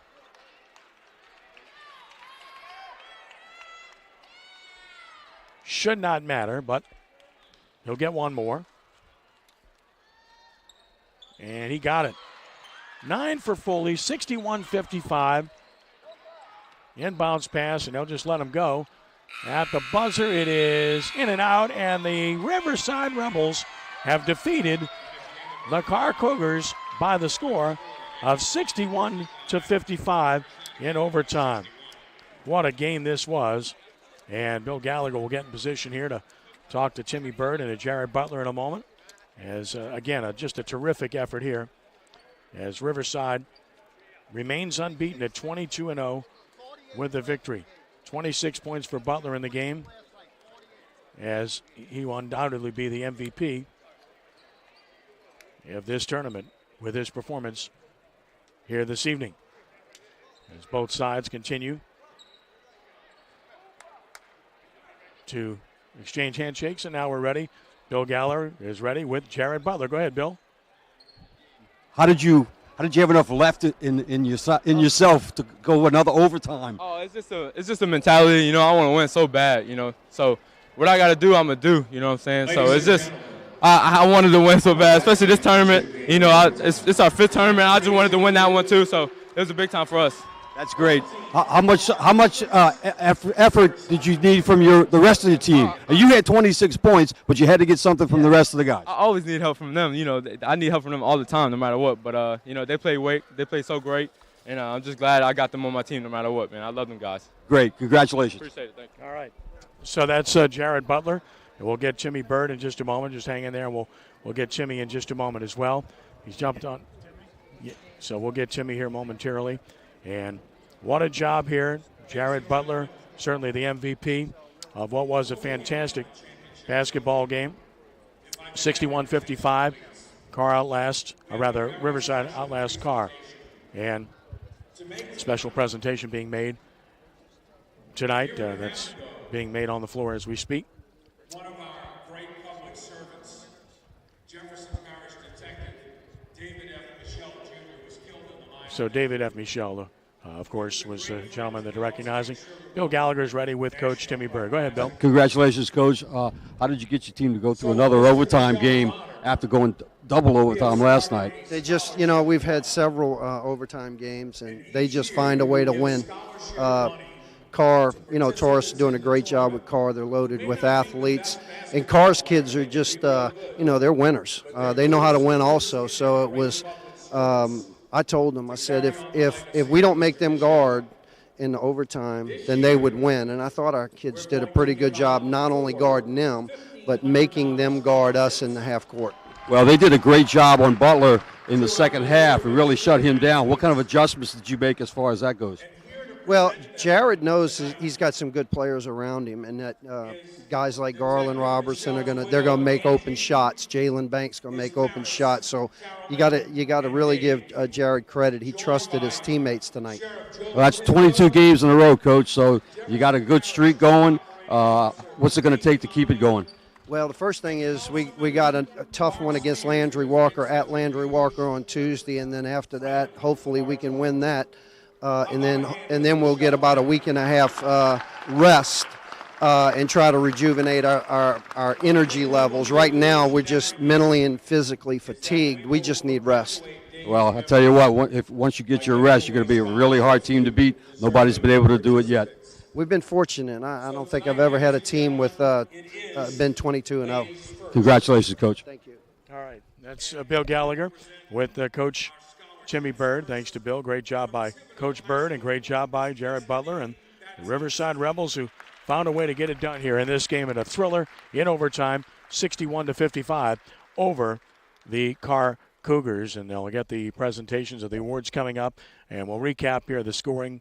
Jared Butler, 26 points, 4 rebounds, 3 assists. Obviously, is the MVP of this tournament because he had that kind of tournament throughout. And also, they're presenting academic awards right now, scholarships, and that's very special as well. Isaiah Bigham finished with 9 points in the game for Riverside. It was Cash Foley finishing with 9 points. Foley getting it done in the overtime where he scored 7 points. Garland Robertson finished with 12. It was Jalen Banks with 3, and Jordan Loving had 2 for Riverside. For the Carr Cougars, Mark Bowie finished with 10 points, 7 rebounds, and 3 assists. He'll certainly be on the all-tournament team. Quindell Johnson with 14 points, 7 rebounds. Kendall Johnson, 2 points, 7 rebounds, 3 assists, and fouled out. Reynold Shields had 5 points DeAndre Hughes with 6 points, 5 rebounds. Skylar Perry had 9 points and 3 rebounds. And Myron Green with 7 points and 4 rebounds. So those are the numbers of the game. And one of the big numbers, Bill, I'm looking at is the turnover department, because we knew it was going to be important in this game.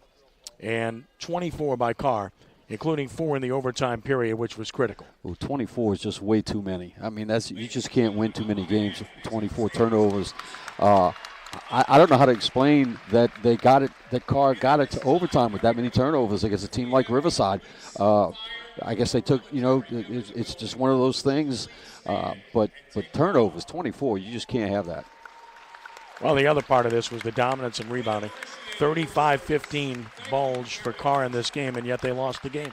So everything we thought would play out did. We knew Carr would be bigger and they'd win the rebounding battle. We knew Riverside would win the turnover battle. So then it came down as who could do the little things otherwise. And as it turned out, Riverside creating turnovers turned out to be the difference in that overtime period. Well, I think they scored a few more points off of those turnovers than Carr did, which was the difference.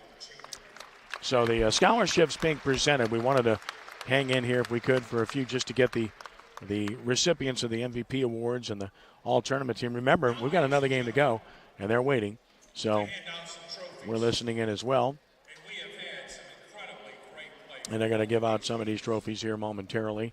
So we'll know exactly who the MVP is. I think we already know that. But the all-tournament team being announced right now. And the first player on the all-tournament team is Mark Bowie. So Bowie of Carr on the all-tournament team, well-deserved. I watched him the whole tournament. He's a very, very good basketball player. And he was matched up defensively against Butler. Which I most think of that might have affected his half. offense a little bit, too, because he worked so hard. I think it did, but he really shut Butler down in that especially in that third quarter. Quindell Johnson is also on the all-tournament team. Johnson had 16 points in this game. He was very good throughout the course of the tournament, too. So Quindell Johnson on the all-tournament team, and that's well-deserved also. So he gets his award. And Carr with another player on the all-tournament team. And that will be Skylar Perry. So Skylar Perry. That's 3 good guys to have on one basketball team. Well, what a year for Perry. State championship quarterback on their football team and, enjoying basketball. That's what the high school athletic scene is all about. Compete in as many sports as you can. Get the most out of your experience. He's certainly doing that. He certainly is. And I'm sure they're going to go deep into the playoffs in Class 4A. So now Riverside will get its awards. Number 1, he was playing sick today, playing hard in his hand at tournament.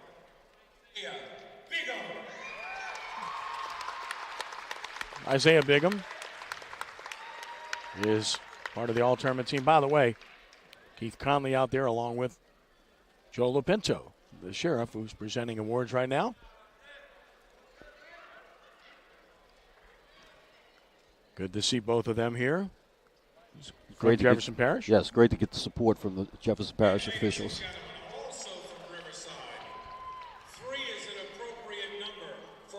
Carlin Robertson, boy, what a great defender he is, and made a big 3 in fourth quarter, and then 2 big free throws in overtime.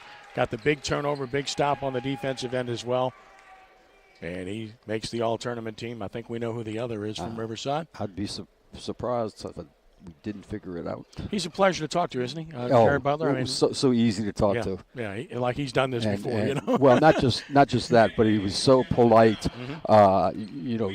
Deflected everything to his teammates. And he does it with a smile on his face, too. Yes, he does. So we're getting the announcement right now. We all know who it is at Santa Climactic. Jared Butler getting the award. We'll hear the applause for him momentarily, which is well-deserved. He had 16 against Covington, 27 against U-High, 22 against Lincoln, and then finished it off with 26 here today. Second time he earns the MVP of this tournament in 3 years. Jared Butler to center court. To a nice ovation and well-deserved. A really nice young man. It's very nice to see that. And he'll speak, too. Which is no surprise with this young man. I just really got to shout out somebody. My guy, I would not play with anybody else but this guy. Number 3, Garland Robinson. He's well deserved. Give my hand. He wants Garland Robertson to join him. That's typical. No surprise there with the way this young man conducts his business. So, how nice. Congratulations to Jared Butler. So that's the story here as the Carr Cougars win it. The Riverside Rebels win it over the Carr Cougars. Riverside, the champion of the 2018 Allstate Sugar Bowl National Prep Classic, with a 61-55 overtime victory over the Carr Cougars.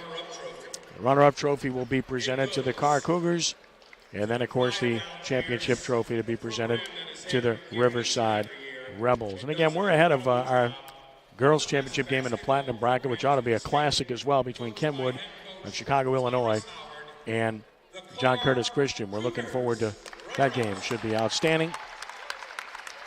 Carr Cougars team going out to get their team award as runner-up. Well, they're good. I mean, that's a good basketball team, Bill. That's very good, and they're only going to get better and better. I mean, they're just, like I said, they're just finding themselves right now.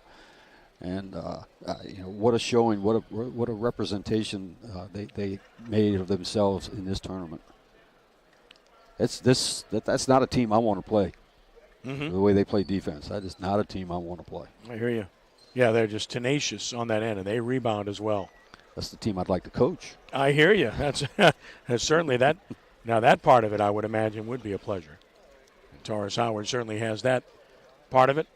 So, waiting for the awards to be completed here. Nice pose for the picture, right? Got to have that. And now, ladies and gentlemen, But Taurus always does a good job too of giving a shout out to Coach Robertson. Mm-hmm. His mentor, and one of the great coaches in the area. No doubt. for the 4th time in 8 years, So 4 times in 8 years for Riverside. That's pretty special for such a good tournament to be able to win this thing that many times. So Riverside Rebels are the champions.